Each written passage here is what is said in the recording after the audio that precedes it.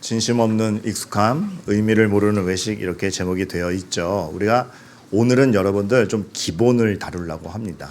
굉장히 기본적인 것을 다루려고 합니다. 그런데 기본이라 하여서 기초적인 내용을 다룬다라는 게 의미보다는 기본적인 걸 우리가 어떻게 인식하고 있는가 이 부분을 좀 보려고 해요. 오늘 말씀을 보면 주님께서 정말 그 사역을 완수하시고 그 사역을 이어가실 때 죄된 것과 외식된 것이 얼마나 밝히 드러날 것인지, 감출 것이 없는지, 그리고 그리스도께서 왜 오셨는지, 그의 구원자됨은 무엇인지, 그리고 십자가 사역 뒤에 성령을 보내실 때에 우리가 그 성령으로 말미암아 믿음이 있는 자가 변화된다라는 게 얼마나 참된 변화인지 이런 것들을 다루고 있습니다. 근데 오늘 제가 여러분과 함께 기본을 다룬다라는 얘기는 그러한 예수님의 사역을 알 때에 교회가 어떤 태도와 처신으로 가야 되느냐, 그러니까 구원론적 입장보다는 좀 교회론적 입장으로 보려고 합니다. 그래서 그 전에 그러니까 이런 식으로 이해를 해주셨으면 좋겠어요. 우리가 교회의 토대 이만큼을 가르쳐 왔는데 이제 이것도 봐야 되지 않겠느냐의 차원에서 요 부분을, 부수적인 부분을 좀 본다라고 여겨주시면 좋겠습니다. 근데 덧붙여 본다라는 건 늘 그렇습니다. 중심과 이미 가르쳐진 게 있기 때문에 덧붙여진 것도 의미가 있지, 이거를 얘기한다고 이 전에 게 부정되는 건 아니라는 것을, 그래서 우리가 더 풍성하고 입체적으로 좀 이런 관점도 놓치지 말고 봤으면 좋겠다지 다른 관점이 틀렸다라는 얘기를 하는 건 아닙니다. 이거랑 똑같죠. 모세는 홍해바다를 가르고 나오는 것이 역할이었다라면 여호수아는 가나안 땅에 정착시키는 게 임무였죠. 임무가 다릅니다. 그러나 한 하나님의 뜻으로 가죠. 나는 정착시킨다 그래서 전에 홍해바다를 가른 일이 무의가 되거나 그 일은 필요 없었어라고 얘기하지 않습니다. 그렇죠? 그 일이 있기 때문에 이것도 있는데 이것을 못 보고 있으니 더 보자. 그런 차원인 겁니다. 설명을 하니 더 어려워지는 이 애매모호함을 제가 어찌해야 할지 모르겠습니다. 근데 여러분, 그런 점에서 진심 없는 익숙함, 의미를 모르는 외식에 대해서 좀 조심할 필요가 있어요. 우리가 신앙생활을 하다 보면 많은 것이 익숙해집니다. 근데 익숙한 나머지 익숙함에 속아서 본의를 잃어버려요. 그러다 보니까 의미를 모르는 외식이 들어가는 거죠. 그러니까 이제 예전에는 정말 그럴 필요도 있었고 진심이 있었기 때문에 그만큼까지 헌신을 했는데, 헌신의 모양만 전달되고 의미가 전달이 안 되면 후세대는 그렇게까지 해? 라는 말이 나오게 되는 겁니다. 그러다 보니까 상충이 생기죠. 왜 그렇게까지 해야 돼? 야, 나 때는 이게 나오는데, 의미가 전달되면 그것이구나. 그것도 쫓아가게 되는 것이죠. 우리가 그런 부분을 좀 봐야 되는데, 오늘 말씀에 있어서는 먼저 좀 전문맥인 11장에 이거를 놓치지 않았으면 좋겠어요. 어제 새벽기도 본문이었는데 예수님의 바리새인과 율법 교사들과 이렇게 논쟁을 하시죠. 그러면서 논쟁을 하시는 게 겉으로 드러나는 외식에 대해서 오늘도 지적하시지만 그 잘못된 부분에 대해서 얘기하세요. 근데 11장 41절에 보면 그 안에 있는 것으로 구제하라, 이 말씀이 나와요. 근데 이게 어제 저에게 큰 울림이 됐습니다. 왜냐하면 저는 이제 바리새인과 율법교사 혼내시면서 하시는 말씀이니까 마음에 진심을 담아서 하라 정도로 이해를 했는데, 원어를 직역하면 이 뜻에 가깝습니다. 내 안이 구제가 되게 하라. 되게 멋있죠.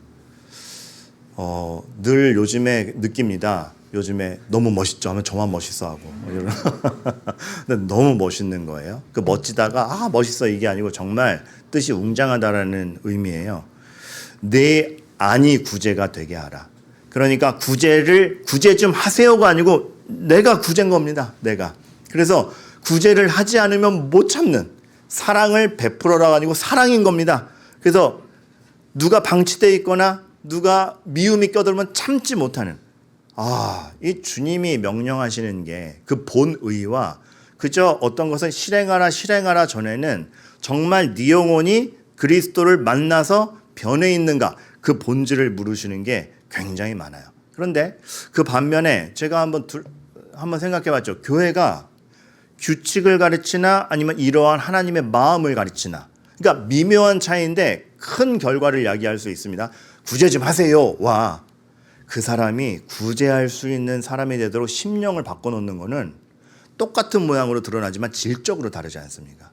근데 저는 생각하는 거죠. 내가 규칙만 얘기해 왔나, 아니면 정말 이러한 하나님의 마음과 하나님의 뜻을 가르쳐 왔고 그 하나님의 마음을 이해하는 성도들이 되게 했는가? 여러분 오늘 이거에 대해서 좀 살펴보려고 합니다. 왜냐하면 죄가 무서워서 그래요. 죄가 무서워서 표면적 규칙만 가르쳐선 절대로 해결되지 않습니다. 죄의 무서운 건 뭐냐면 알려줘도 감각하지 못한다는 것을 굉장히 무서워요.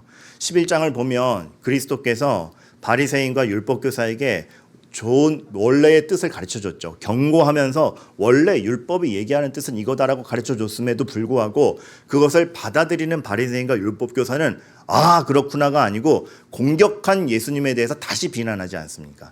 그러니까 죄의 무서움은 뭐냐면 알려줘도 내가 지적당한 줄도 모른다는 거. 그러니까 내가 죄인이구나를 인정하지도 못한다는 거에서 진짜 무서움이 있어요. 그렇기 때문에 교회가 해가야 될 거는 늘 이겁니다. 규칙을 얘기하는 게 아니라 이 규칙을 정말 죄로 가지 않고 하나님께로 가야 돼. 그걸 감각할 수 있도록 그리스도를 우선적으로 만나게 하고 그리스도를 만난 이들이 성령의 도우심으로 정말 하나님을 알아가게 하는가. 이게 너무나 중요해요. 그래서 저는 좀 이런 측면이 필요한 것 같습니다. 그동안의 교회가 이거 안 돼, 이거 틀렸다를 가르친 건 너무 잘한 것 같아요. 우리나라 교회가 보수적으로 그건 참 잘한 것 같아요. 근데 그게 전부가 아니라 이제 해야 될 건 뭐냐면 틀렸다의 지적을 넘어서서 하나님을 좋아하게 만들어야 된다는 것이죠. 그러니까 이 경계선 넘어가지 마 정도가 아니고 저쪽으로 갈 수 있으니 절로 가자. 그래, 절로 가자. 죄송합니다. 교회로 가야죠. 근데 저리로 가자. 그러니까 줄인 말씀은 안 돼요. 저리로 가자. 저기에 소망이 있다라고 정말 이 지향점을 가르쳐주면 경계선을 안 넘는 건 자연스럽게 안 하게 됩니다. 가나안 땅, 약속의 땅으로 가자. 그러니까 홍해바다를 가르죠. 멈칫하지 않고. 근데 우리가 너무 건너야 돼.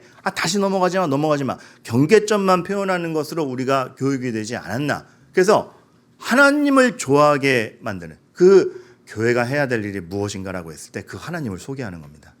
그 하나님이 어떤 분이며 그 하나님이 죄를 얼마나 싫어하며 그런데 그 죄 가운데 너를 구하러 왔으며 구원자가 되셨는지 이거를 교회가 정말 풍성하게 잘하고 있는지 전 요즘에 좀 의문이에요. 그러니까 여러분 기생충이라는 영화가 있지 않았습니까? 이 상을 많이 받았지만 저도 이제 상 받은 영화에서 봤지만 재밌게 봤지만 추천하고 싶지는 않은 게 요즘에 보통 영화제에서 상 받는 영화가 적나라해요. 그러니까 인간의 그 괴기스러운 그 죄성을 아주 이 적나라하게 드러내다 보니까 불쾌해요. 그래서 사실 저는 솔직히 추천하고 싶지는 않은 영화입니다. 다만 거기서 지적하는 부분에 예가 될 게 있어서 말씀을 드리는데 기생충에 보면 그런 게 계속 나와요. 그러니까 이것도 참 기분 나쁘게 권하는데 말하자면 경제적 상류층과 경제적 누림이 온전치 못한 가난한 계층의 차이를 이렇게 냄새로 둬요. 그래서 아무리 씻고 아무리 좋은 옷을 입어도 사라지지 않는 주인공 송강호 씨의 죄송합니다. 그 가난의 냄새가 있는데 그걸 고용한 이성균 씨가 늘 느끼는 장면이 나와요. 하물며 어느 정도까지 조금 불쾌하고 잔인하게 갔냐면 사람이 죽었어요.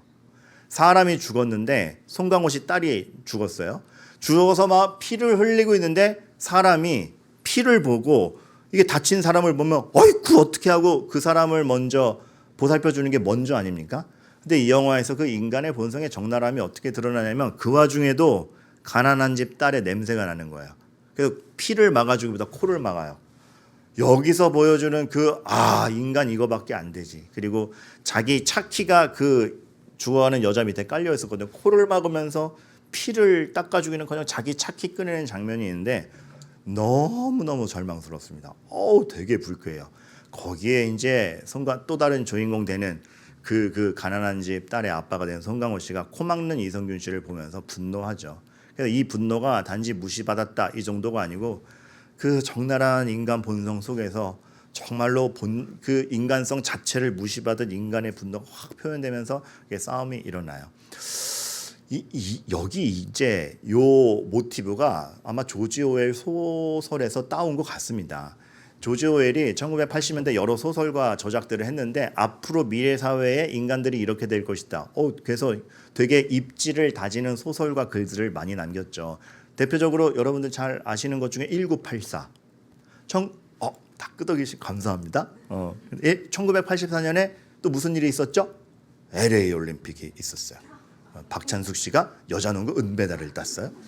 하영주 씨가 유도에서 금메달을 땄죠. 1984년에 많은 일이 있었어요. 그런데 그때가 뭔가 시대를 통찰하는 그런 계기가 있었어요. 조지 오웰이 이 얘기를 합니다. 사람의 분별이 냄새로 일어날 것이다. 처음에 그게 무슨 뜻인가 했죠. 그런데 그 사람에게 배어 있는 게 있다라는 거죠. 그래서 지워도 지워지지 않는 것으로 사람들이 서로를 알아보고 차별하기 시작할 것이다. 이거 되게 안 좋은 표현입니다. 안 좋은 표현이고 그렇게 사람을 나누는 것에 대해서 악해질 것이다에 대한 예언이었는데, 그래서 조지 오웰이 그 얘기를 해요. 그 배어 있는 것이 그럼 뭘로 배어 있느냐? 무엇을 먹느냐? 어떤 풍토에 있느냐? 어떻게 살아가느냐? 그 자체에서 있다, 이 얘기를 하거든요. 그러니까 사람이 자기가 먹고 마시고 누리고 느끼는 그 문화적 영향력에 있어서는 도저히 지워낼 수 없는 냄새가 배일 건데, 어떤 냄새가 배어 있느냐에 따라서 사람들이 네 편 내 편을 가릴 것이다. 실제 그러고 있는 것 같아요. 근데 제가 여러분 여기서 말씀드리고 싶은 건 이거예요. 그렇다라면 진짜 인간이 그런 것 같은데 교회는 뭘 배어 있게 하는가? 이걸 묻고 싶었던 거죠. 그러니까 막 상류층 하류층이 그 돈을 더 가졌다 못 가졌다도 냄새 본능적으로 느끼는 그 본능이 있는데, 악한 측면에선, 선한 측면에서는 우리는 얼마나 교회에 와서 하나님의 말씀의 양식을 먹고 선한 것에 나쁜 사람들이 하고 냄새 맡는 것처럼 선한 것에 얼마나 이걸 해야 돼 선하게 반응하며 하나님을 느끼고 하나님의 인격을 내 몸에 배워내게 했는가? 저 그게 묻고 싶은 거예요.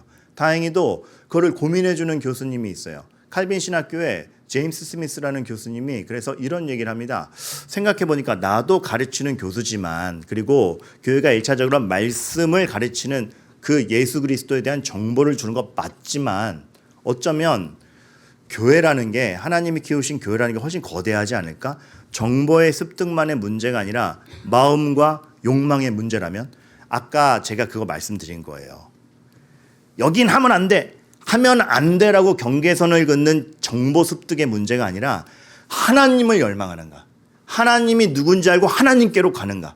그래서 하나님께로 가는 그 열망과 하나님이 필요해라는 죄에 대한 자각과 그리스도를 정말 내 마음의 중심에 드는 그 마음과 욕망이 지식과 함께 어우러져야 참된 교회가 만들어지지 않는가. 여러분, 저는 좀 많이 생각하게 돼요. 매주 예배를 드린다. 매주 예배를 드린다. 매일 새벽 기도를 한다. 매일 영의 양식을 먹이는 겁니다. 몸에 배게 하는 거예요. 정말 자기가 자란 풍토에 자유롭지 못한 인간에게 하나님이 교회를 세우셔서 매일같이 하나님의 밥을 먹이는데, 하나님의 밥을 먹인 사람이 정말 하나님의 향기가 나도록 하고 있는가? 교회가 그만큼의 종합적인 역할과 지배 역할을 정말 해가고 있는가? 여러분, 이 기분 나쁜 예지만 외국인이 한국에 들어 마늘 냄새 난다 그러잖아요. 우린 모르는데 납니다. 먹으니까, 좋아하니까. 먹는 게 표현돼요. 하나님의 말씀을 먹는 우리에게 도대체 뭐가 표현되고 가만히 있어도 표출되는 그게 진짜 있는가? 여러분, 한국인 얘기 나와서 그런데 한국인인 거 속이지 못합니다. 제가 중국에 있을 때 어떤 학교 놀러 갔다가, 기숙사에 친구가 있어 놀러 갔다가 이렇게 외국인들이랑 밥을 먹게 됐어요. 근데 그때 동양인이랑 중국어 배우러 온 독일인 한 분이 딱 계셨습니다. 막 얘기를 하는데 저희가 이제 그 독일인한테 한번 얼마나 알아보나 보려고, 우리 동양인 그룹에는 중국인, 일본인, 한국인 저 포함해서 다 있었거든요. 그 독일인에게 물었어요. 우리 나라 맞출 수 있겠냐고. 우리 안 가르쳐 줄 건데 우리 나라 맞출 수 있겠냐고. 누가 중국인, 한국인, 일본인 섞여 있는데 맞출 수 있겠냐고.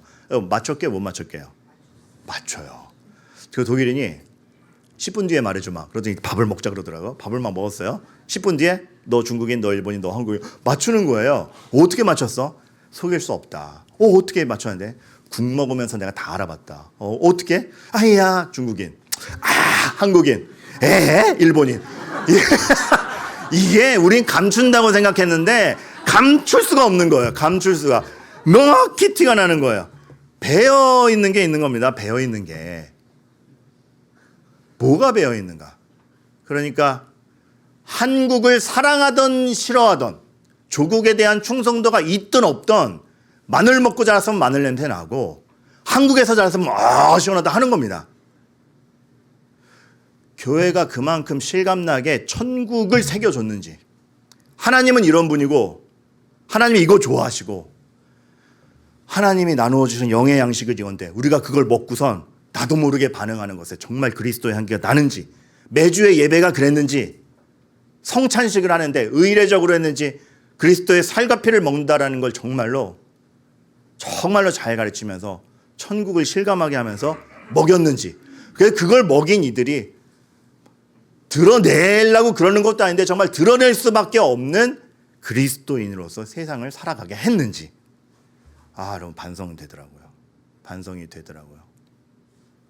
그래서 저는 이런 소망도 가지게 돼요. 오늘은 구원론적이기보다 교회론적이라고 말씀드리지 않았습니까? 그 얘기는 뭐냐면, 교회가 틀을 갖췄을 때 정말 우리가 다 알지 못하는 그 섭리가 교회 안에서 일어나는 건데, 그런 입장에서 보자면 여러분 그런 고민하시는 분들 많잖아요. 목사님, 우리 남편은 믿음 없이 그냥 예배당 땅만 밟아요. 목사님, 우리 딸 오늘 왔었는데 믿음 없어요. 이렇게 그냥 왔다 갔다만 해도 돼요? 물론 왔다 갔다만 하면 안 되도록 해야죠. 근데 이런 관점에서 보면 한국에 살게 하면 한국을 좋아하던 싫어하던 한국인이 되고 한국인의 냄새가 배입니다. 교회 와서 정말 교회가 영의 양식을 차려놓고 먹이게 하고 하나님을 확신하는 사람들의 음성을 듣게 하고 거기서 인정하든 안 하든 하나님이 있음을 보는 그 시간들이 무의미하지 않을 거라는 소망이 생겼어요. 그래서 더더욱 참된 예배가 드리고 싶고 질감 높은 말씀을 전하고 싶고 성도님들께서 믿음으로 교제하셨으면 좋겠고, 행여나 지금도 믿음이 없어서 지루하게 앉아 계시는 여러분, 이 웃음은 그거죠. 목사님, 믿음이 있어도 지루합니다. 근데 그 시간이 우리가 늘 외식할 때처럼 밥 먹습니까? 외식할 땐 신나서 막 하나 둘 음식 나면 와 하면서 먹지만 집밥은 그냥 지루하게 먹는데 먹으면 잘하지 않습니까? 그리고 알지 않습니까? 양식을 주시는 하나님이 있다는 것을. 물론 영적 변화는 철저히 하나님의 주권적 사역입니다. 근데 그걸 우리가 조작할 수 없는 겁니다. 하지만 그 주권적 사역에 펼쳐지는 이 무대에 믿음을 들고 우리가 있고 외식으로 있지 않으며 우리가 먼저 전심으로 정말 하나님을 향해 있는 것, 그건 우리의 몫이죠. 그때 참여하는 사람들에게 어떤 변화가 일어날지 하나님께 맡겨야죠. 그래서 더더욱 위선적으로 서 있으면 안 되는 겁니다. 바리새인처럼 규칙만 알고 하나님을 향하지 않는, 예배 한 번을 진심으로, 다락방 한 번을 진심으로, 새벽기도 한 번을 진심으로, 그러니까 의례적으로 있는 게 아니라 정말 여기서 하나님이 날 먹이시고 계시고 여기서 내가 만들어지는구나를 안다라면 귀한 시간들인 거죠.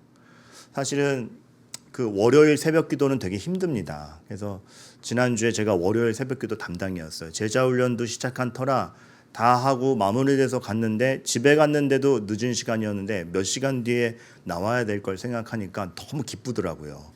그래서 네, 여러분 직설법과 반어법을 잘 구분하며 들으셔야 됩니다. 근데 역시나 4시 반쯤 교회에 왔는데 너무 피곤한 거예요. 근데 사람이 다운되면 다 부정적으로 생각하게 되잖아요. 이 새벽에 이런 컨디션으로 말씀 전하는 건 성도님들에게 효과나 있겠어? 그냥 화끈하게 전교인 새벽기도만 1년에 2번 하고 새벽기도는 헛자 그럴까? 라고 이제 사탄이 속삭였죠. 제가 그걸 들은 건 아니지만 속삭였죠. 그게 막 들려옵니다. 힘 빠져 있었어요. 근데 5시쯤 불을 켜는데 불 켜러 오는 시간이 다가올 때 나지막히 하나님이 이렇게 말씀하시는 것 같았어요.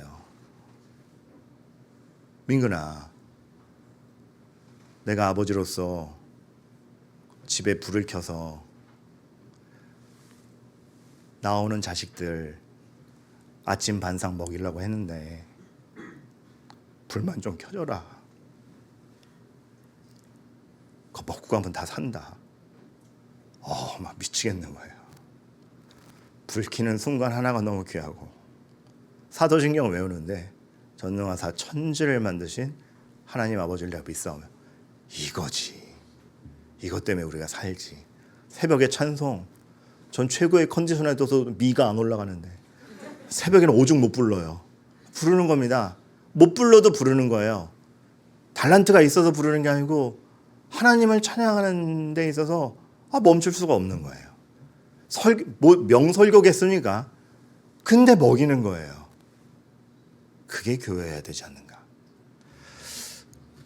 그렇게 우리가 서로 간에 있는 거 아닌가. 여러분, 예배, 성찬, 기도, 훈련들이 교회에 있습니다.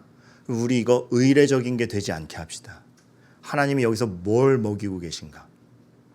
아무 일도 안 일어나는 것 같은데 얼마나 위대한 일을 하고 계신가? 정말 혁혁하게 하나님께서 인간을 변화시키시고 죄로부터 꺼내시는 역할을 하면서 가만히 있어도 너 한국 사람이지? 가만히 있어도 넌 이상하다? 하나님의 법칙으로 살아가니까 정말 그럴 수 있는 사람이 되기 위해서 하나님이 때마다 먹이시는 게 얼마나 깊은지.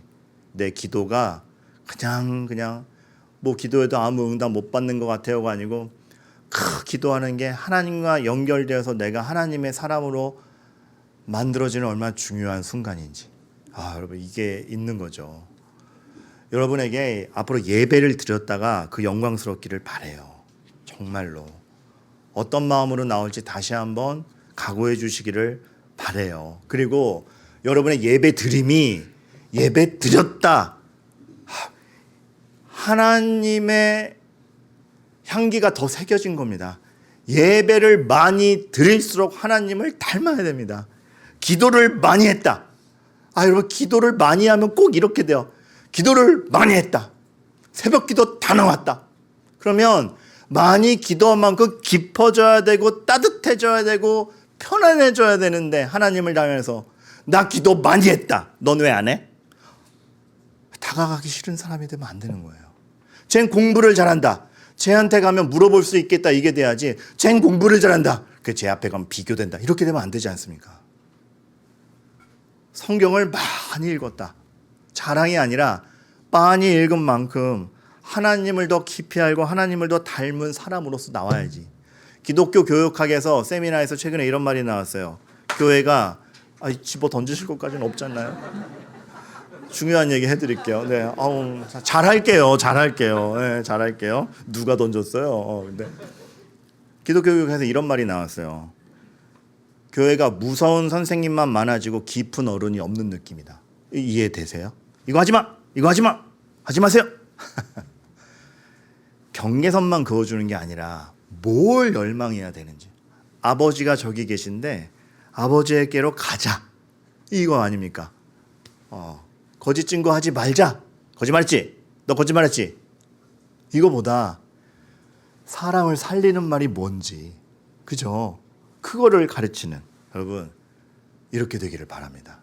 정말 예배를 많이 드린 분들께서 하나님을 더 깊이 닮아서 정말 한국에 뭘 먹어도 마늘 냄새 나듯, 비유가 좀 그렇지만 딱 와닿으니까 나도 그냥 먹었는데 어느새 그리스도의 향기가 팍 배어나오는. 너 한국 사람이지? 너 그리스도인이지? 알 수 있는. 그래서 적용. 여러분 제가 싫어하는 걸 좀 소개해 드릴게요. 오늘 말씀의 적용으로 제가 싫어하는 걸 좀 말씀드릴게요. 외식이 없었으면 좋겠습니다. 우리 교회. 오늘 말씀에서 바리새인이 지적받은 대로 외식이 없었으면 좋겠습니다. 근데 외식이라는 게 여러분 우리 어느새 외식해요. 왜냐하면 사람이 익숙해지면 익숙해서 잘 하는 줄 알아요. 착각해요. 익숙한 만큼 그 의미를 잘 알고 있는가 체크해야 돼요. 제가 되게 조심스러운 게 뭐냐면 목사들이 이런 실수 많이 합니다. 예배를 시작하면 뭐 필요한 물건이 있는데 다 갖다 놓지 못한 경우도 있을 거 아닙니까? 그러니까 좀 갖다 달라고 부탁할 수 있잖아요. 그걸 지혜롭게 해야 되는데 얼마나 외식적으로 이 몸에 배어 있냐면 신앙 고백하심으로 예배를 시작하겠습니다. 전능하사 천지를 만드신 하나님 아버지를 믿사오며 그 외아들 우리 주 예수 그리스도를 이런다고요. 진짜 그런다고요. 주기도하심으로 새벽 기도를 마치겠습니다. 하늘에 계신 우리 아버지여, 이름이 거룩히 여기면 나갈 준비하는 거지. 익숙함에 속아요. 지금 무슨 마음으로 고백을 하는지. 여러분, 저는 능숙해서 능숙함에 속지 않는 교회가 되기를 바라겠습니다. 내가 능숙한데 뭐에 능숙한가? 왜 하고 있는가? 정말 능숙해서 열과 성을 다하지 않지는 않는가? 다큐멘터리 하나 보는데 아이돌을 키우는 프로그램이에요. 강력하게 조련해요. 새벽에 자다가 깨도 그 음악 틀면 춤을 출 수 있게 해라. 강도 높게 춤 훈련을 시키더라고. 처음엔 고생스러워하다가 좀 몇 주 지나니까 정말 능숙하게 해요. 막 쿡 찔러도 막 춤이 나오고. 근데 얘네들이, 이 아이돌 준비생들이 능숙해지니까 능숙함에 속아가지고 나중에 이렇게 되는 겁니다. 연습하는데 막 눈 감고도 해요. 정말 눈 감고도 하고 막 능숙해지니까 막 이렇게 하면서 오늘 점심 뭐 먹을래? 떡볶이 먹자. 여기서 트레이너가 아주 정말 무섭게 혼냅니다. 다 모여! 눈 감고도 한다 이거지. 춤 하나에 진심을 담지 못하고 춤추면서 정말 관중이 어떻게 볼까 생각 안 하고, 이 춤으로 감동 줄 생각은 안 하고 춤추면서 뭐 떡볶이를 먹어? 잡담을 해? 능숙하니까 잘하는 것 같지? 진심이 담기지 않은 춤이 관중을 감동시킬 것 같으냐? 많이 반성이 됐어요. 설교자로서 난 얼마나 많은 능숙함에 치여서 능숙한 나머지 하나님 빼고 가고 있는가? 우리 교회가 제자 훈련을 반복해 갈수록 의뢰하는 것이 아니고, 그건 그런 거가 아니고 매번 얼마나 뜨겁게 하는가? 왜 하는가? 어떤 그리스도인을 만들고 싶은가? 여러분, 능숙함에 치이지 않는 교회 되기를 바랍니다. 정말 하나님을 뜨겁게 알고 있는가? 그러한 진심을 겸비한 능숙함은 위력이 커요. 여러분들, 정말 우리 교회는 의미를 알고 그 의미를 아는 가운데 하나님을 좋아해서 능숙함이 생기기를 바라겠어요. 그러니까 여러분, 이런 거 있어요. 옛날에 친구 하나가 새벽 1시에 전화가 왔어요. 여보세요? 너 웬일이야 이 시간에? 제가 자고 있었는데 새벽 1시에 전화한 거는 비상사태인 거 아니에요. 받았어요. 웬일이야 이 시간에? 야, 민근아, 나 저기 3만 원만 계좌로 보내주라. 왜? 여기 어딘데? 우리 집까지 가는데 차비가 하나도 없어. 너 그러면 차비도 안 남기고 놀았냐? 뭐 했는데? 아니 여자친구가 심야 영화 보자 그래가지고 내가 마지막으로 보여줬어. 차비는 남기고 보여줬어야지. 오늘은 못 본다 그러고 그냥 택시 타고 갔어야지. 여기서 친구가 이 말을 하는데 제가 안 보내줄 수가 없었어요. 야, 내가 혹시나 차비가 없어서 20km를 걸어갈지언정 일찍 헤어지긴 싫더라. 진심. 우리는 하나님과 함께 있기 위해 뭐까지 감수하는가? 사람은요, 자기가 진심으로 사랑하면 그 사람을 위해서 각오할 준비가 되어 있는 존재 같아요. 근데 그게 악으로 쏠려 있어서 자기의 욕망에 모든 걸 다 하죠. 자기의 욕망을 위해 모든 걸 다 하죠. 우리는 어떤가요? 전 그 친구 보면서 우리는 하나님을 외면하는 것이 너무 불편한가? 아니면 사람 앞에서 망신당하는 게 더 불편한가? 하나님을 외면하는 것이 너무 불편하니까 4절이 적용이 되는 겁니다. 내가 내 친구 너희에게 말하노니 몸을 죽이고 그 후에는 능히 더하지 못하는 자들을 두려워하지 말라. 당장 들어오는 칼보다 영생을 책임지시는 하나님을 알고, 그거 아니어도 하나님을 외면하는 게 싫은, 그래서 죽이는 사람이 들어도 난 그래도 집에 걸어갈지언정 영화는 보고 싶은데 얘랑 죽을지언정 하나님이랑 함께 있고 싶을 때, 여러분, 죽겠어 내 각오가 아니고 하나님을 너무 좋아해서 생기는 반응인 겁니다. 교회가 그 하나님을 정말 네 편이고 네 모든 필요와 네 모든 고통보다 높으신 분이 하나님이고 하나님이 널 사랑하심을 가르쳐서 그 하나님께 우리 아이들이 붙어 있도록 가르치고 있는지. 사람 앞에서 나를 시인하면, 오늘 읽지 않았지만 오늘 매일 성경 본문 12절까지거든요. 전도해라. 야, 고백해야 된다. 정도가 아니라 규칙과 규율이 아니라 정말 사랑하면 너무 소개하고 싶죠. 너무 소개하고 싶죠. 제 부인은요, 제 여자친구는요, 우리 장로님은요, 진리는요, 우리를 구원하신 예수 그리스도는요, 당신이 나를 때린다 그래서 부정할 수 있는 존재가 아닙니다. 사람이 너희를 회당이나 위정자나 권세 있는 자 앞에 끌고 가거든 어떻게 무엇으로 대답하며 무엇으로 말할까 염려하지 말라. 마땅히 할 말을 성령이 곧 그때에 너희에게 가르치시리라. 성령이 곧 그때에.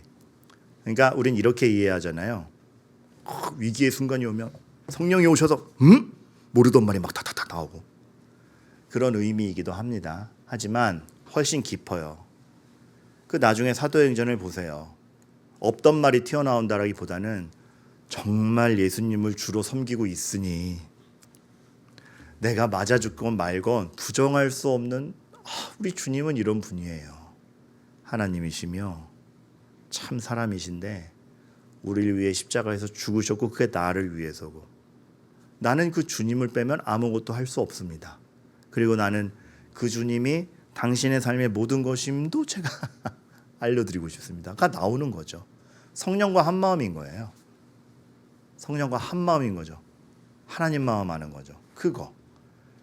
그러니까 하나님과 함께 하나님을 아버지를 부르며 집밥 먹던 애가 아버지 소개하라 그러면 우리 아빠는 나오는 거. 그거를 교회가 하고 있나. 그래서 여러분 전도도 그거예요. 전도하세요가 아니고, 아까 얘기했죠. 구제하세요가 아니고 구제가 되라. 전도하세요가 아니고 하나님 심정을 가져야 돼요. 그러면 복음을 모르는 사람을 참을 수 없습니다. 제가 예전에 함께 사역하던 담임 목사님, 같이 다니면 너무 민망해요. 그냥 짚고 들어가서 전도하시고, 막 연인들이 데이트하고 있는데 가운데 가르고 지나가서, 그러나 두 분이 예수님을 모르면 천국에서 못 만나고 결국은 헤어지게 되고. 물론 좀 이제 일반적 의미에서 좀 젠틀하셨으면 좋겠다라는 점은 있었어요. 근데 제가 하나는 배우죠. 한번 목사님께 그래서 목사님 민망해요. 좀 커지지 마세요. 정색하시면서 이렇게 말씀하시는 겁니다. 복음을 모르는 사람이 있는데 그걸 참을 수 있나? 못 참겠는 거예요. 내버려두면 죽을 텐데 참을 수 있나? 이렇게 좋은 게 있는데 참을 수 있나? 그러면서 저 지적하시는 거예요. 박목사 지난번에 너 저기 뭐 했다가 이게 바르니까 나 때문에 입 터진 사람 보니까 그 약 바로 소개하더만. 근데 왜 예수님이 그렇게 소개 못하나? 진짜 제가 한번 입 터졌다가 바르고 나니까 입 터진 사람 보니까 못 참겠더라고. 이거 바르면 되는데. 예수님이 약보다도 못해요. 성령과 내 진심이 진짜 하나인가? 술 마시지 마라. 여러분 자꾸 규칙으로 가지 맙시다. 술 마시지 마. 술 마시지 마. 술 말고도 정말 나를 위로할 것은 따로 있다를 아는 거예요. 진짜 내가 힘든 순간에 내 문제를 해결하는 건 마시고 잊어버리자 그 느낌이 아니고, 내가 진짜 위로받는 것은 따로 있다를 아는 사람이 속상할 때 술을 안 마시게 되는 겁니다. 사실은. 그러니까 하지마보다 뭐가 제가 영화에서 한번 봐서 멋진 장면이에요. 그 남녀가 사귄 지 하루 됐어요. 남자가 술을 되게 좋아하는 캐릭터예요. 그런데 데이트하는 첫날 술을 안 마시는 거예요. 여자가 물어요. 웬일로 술 안 먹어? 난 오늘 취하지 않을 거야. 왜? 취하면 선명하게 기억하지 못하니까. 이 고요함은 어떻게 이해해야 되죠? 여러분, 같이 있는 게 너무 소중해서 술 먹어 하고 기억 못하는 것보다 숱한 기억으로 선명하게 기억하고 싶으니까 그 좋아하는 술을 안 먹는 거예요. 내가 정말 나에게 하나님이 소망이고 하나님과 함께 있는 시간이 좋고 나의 인격을 하는데 맡기지 않고 하나님께 맡기겠다라는 강력한 하나님에 대한 열망이 있으면 자연스럽게 멀어지는 식으로 우리가 한번 가르쳐 봤나. 지식적으로는 할 말 많죠. 우리나라의 선교사님들이 들어봤을 때 우리나라에 술주정뱅이가 많았고 문화적 차이에서 죄는 아니지만 아까 얘기했죠. 가르쳐야 돼요. 근데 지식을 넘어서는 정말 전인격으로 만나시는 하나님을 우리가 어떻게 가르치고 있는가. 오른뺨 맞으면 왼뺨을 대라. 평화가 유지된다라면 내가 뺨 맞는 게 더 좋아. 그러니까 억지로 에잇 두고 보자. 이거 아니고 내가 뺨 맞는 게 좋은 상태. 낮은 자가 높아지리라. 내가 지금은 비굴하게 낮아 있지만 나중에 다 갚아주겠어. 이게 아니고 낮은 게 기쁜 거야. 낮은 게. 그렇게 하나님이 누군지를 알고 하나님을 열망할 때 생기는 자세들이 교회에 있기를 바라는 거죠. 그래서 그 하나님이 누군지를 아는 게 중요한데 너무 위로되죠. 내 머리털까지도 잘 아시는 분이래요. 그럼 제가 의지하고 따라갈 수 있지요. 뭐가 두렵나? 머리털까지도 다 세시는 하나님을 알 때 다른 거 두려워하지 말라 나오거든요. 오늘 말씀에. 다윗도 마찬가지였죠. 내가 사망의 음침한 골짜기로 다닐지라도 해를 두려워하지 않을 것은 주께서 나와 함께 하심이라. 다윗은 해를 당하는 것보다 주님을 부정하는 게 더 두려웠어요. 그러니까 이 고백이 나오는 거예요. 골짜기 탈출이 목적이 아니라 골짜기가 나를 죽일 수 없음을 알아요. 이번 주 여러분의 골짜기가 뭐였는지 모르겠어요. 제가 다 해결해 드리지 못해요. 그러나 알려드릴 수는 있죠. 그 골짜기의 깊음보다 하나님이 더 크세요. 해로움이 하나님의 선하심을 부정하지 못해요. 웃긴 건 해로움이 오히려 나를 지킬 때도 있어요. 하나님의 신묘막측하면서 그렇게 만들어 가시는 하나님을 알면 오늘 좀 버틸만 한 거죠. 통증이라는 영화가 있어요. 온몸의 감각이 통증을 느끼지 못해요. 그러니까 막 어려운 일, 막 잔인한 일 합니다. 통증을 전혀 못 느끼니까. 그런데 이 영화에 명대사가 있어. 아무런 감각이 없는데 딱 얘기합니다. 아프지 않으면 사랑도 없어. 무슨 말이냐면 이런 대사가 있어요. 아무리 맞아도 아무리 피가 나도 안 아파. 근데 네가 울면 가슴이 찢어질 것 같아. 이 얘기를 하거든요. 아프지 않으면 사랑도 없어. 무슨 의미냐면 아파야 무엇이 소중한지를 알아요. 아파서 내가 이걸 좋아하고 있었구나를 알아요. 절망해서 내가 이걸 간절히 여겼구나를 알아요. 하나님이 각종 아픔을 통해서 무엇을 좋아해야 되는지를 알려주세요. 그리고 무엇에 반응해야 되는지를 알려주세요. 그리고 주인공이 그 얘기를 해요. 그나마 가슴이 아파서 내가 마음까지 잃진 않았지만 사실 피가 나는 게 아파야 조심을 하고 죽어가는지를 아는데 통증이 없어서 자유로운 게 아니라 내가 죽는 걸 모른다. 어쩌면 하나님께서는 통증을 주셔서 그래서 그거를 치료해 줄 수 있는 나에게 와야 된다를 알려주시는지도 모르겠어요. 무감각하게 죽지 않고. 물론 여러분들의 삶의 무거움에 이 가벼운 예화로 들이대는 게 너무 죄송하긴 하지만 확실한 건 주님이 오늘 선언하시잖아요. 네 머리털까지 다 세고 있는데 뭘 두려워하니?